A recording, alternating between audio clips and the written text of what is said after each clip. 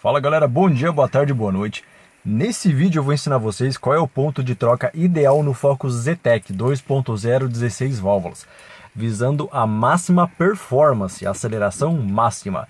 Vários inscritos pediram para mim fazer esse vídeo, depois dos dois que eu fiz anteriormente, primeiro do Duratec 2.0 e depois do Rocan 1.6, que vocês podem ver que vai estar em cima. Então hoje eu estou fazendo do Zetec 2.0 16 válvulas. Vamos lá. Bom galera, para calcular isso nós vamos precisar de algumas informações técnicas. Para isso vocês podem usar a planilha que eu disponibilizei em um vídeo meu. Vocês vêm aqui no meu canal e vai em vídeos. Aí vocês conseguem ver todos os vídeos que eu lancei até agora. Aí vocês vêm nessa aqui, ó, planilha técnica Ford Focus. Vocês vão abrir. E aí é só vocês clicarem nesse link aqui que vocês já têm acesso direto à planilha. E é essa aqui, os dados que nós vamos precisar é do Focus Zetec, a gente vai precisar da rotação máxima, ó, 6.800, a relação de marchas, diferencial e o diâmetro de conjunto roda-pneu, que é o 95, 60, 15. Com essas informações, nós conseguimos chegar na seguinte informação, que é essa aqui, ó, é a rotação que a próxima marcha entra. Ou em outras palavras, o espaçamento entre as marchas, que ambas são a mesma coisa. O que isso quer dizer? A rotação máxima é essa aqui, ó, 6.800. Para quem ainda não viu os outros dois vídeos que eu fiz, do Focus Duratec e do Focus Rocan, mostrando qual era a rotação de troca para máxima performance neles, eu vou explicar rapidamente. Isso aqui é a rotação e isso aqui é a potência. Conforme você acelera o seu carro, imagine o conta-giro do seu carro. Conforme o giro aumenta, a potência vai aumentar e é ela que faz seu carro acelerar. Então, reparem que o corte dele se dá a 6.800. Então, trocando a primeira a 6.800, a segunda marcha, que está aqui, vai entrar a 4.255. Seria aqui, 4.255. Que é justamente esse espaçamento de 2.500 em relação ao corte 6.800. Então, ambas as informações são complementares. Então, vamos lá. A primeira marcha, você troca no corte, a segunda entra a 4.250. Veja o que acontece. É perfeito. Porque a marcha anterior, ou seja, o finalzinho ali da primeira a 6.800, vai ter a mesma potência que a segunda a 4.200. Ambas vão ter ali mais ou menos, um pouquinho menos de 110 cavalos, 107 cavalos. Isso é o ideal. A marcha que sai tem a mesma potência que a próxima marcha. Essa é a condição perfeita. Por quê? Nessa condição, eles estão o mais perto possível do pico de potência. Quanto mais próximo do pico de potência, maior será a aceleração. Esse é o ponto máximo do motor, o ponto que ele fornece a maior performance, entendeu? Para aceleração, você tem que ficar sempre o mais perto possível dele. Carro CVT, por exemplo, ele se mantém sempre no pico de potência, por isso que fica aquele ruído contínuo. Não é muito legal, é estranho, só que nessa situação você está tendo a maior performance possível, que é se manter no pico de potência. Mas beleza, vamos continuar. Aí na próxima marcha, da terceira, trocando a segunda a 6.800 no corte, a terceira entra a 4.600 RPM.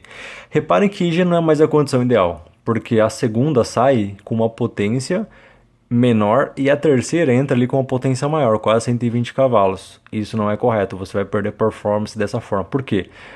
Um lado está perto do pico de potência e o outro está mais longe, então isso não é o ideal. Ou seja, da segunda para a terceira marcha já não é o ideal trocando o corte. Se você trocar no corte, você vai perder performance. Olha só como seria o ideal. Essa forma seria o ideal.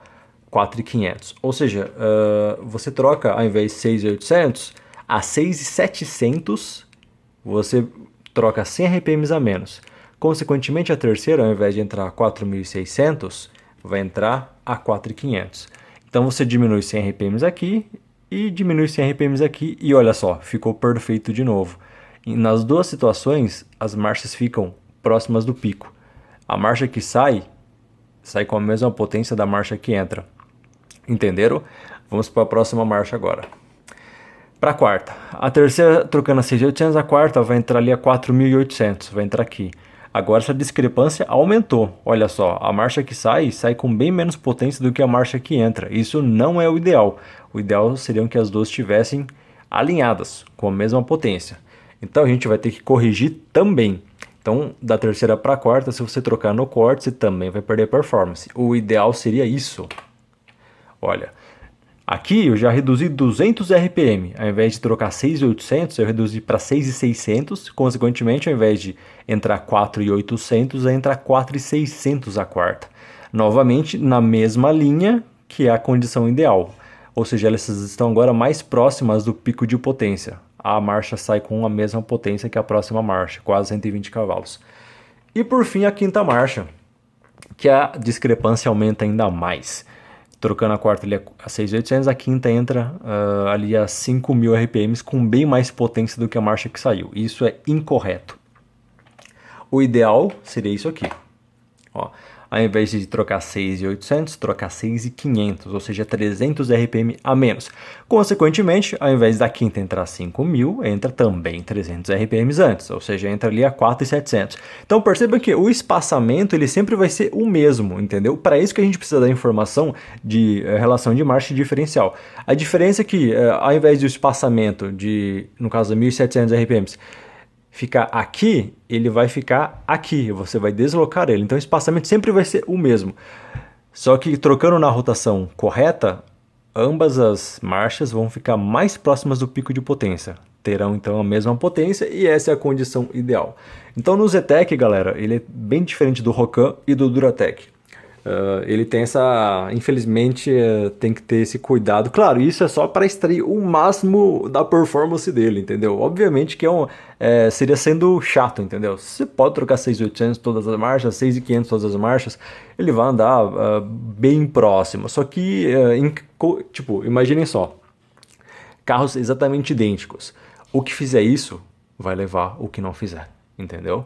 Essa seria a forma impecável de aceleração. Você não é obrigado a fazer isso, ninguém é piloto, né? Quer dizer, eu acho que não, deve ter algum piloto assistindo aí.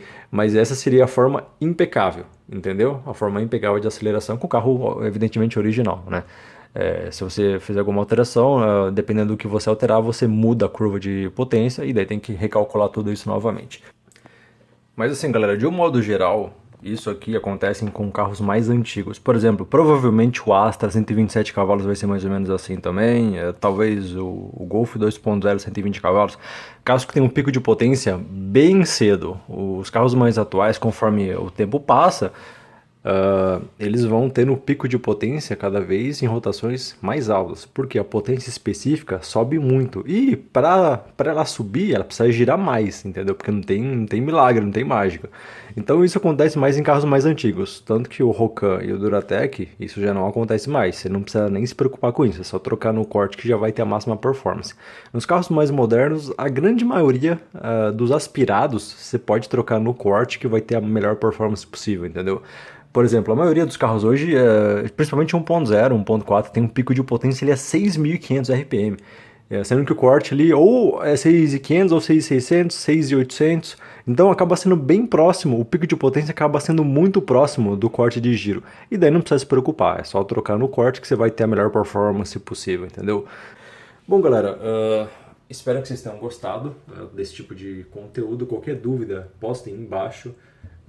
A galera tinha pedido bastante para mim do Zetec, que eu acabei não fazendo porque demora um pouquinho mais, né? É mais difícil do que o do Rocan e do Duratec, que é só trocando o corte e boa.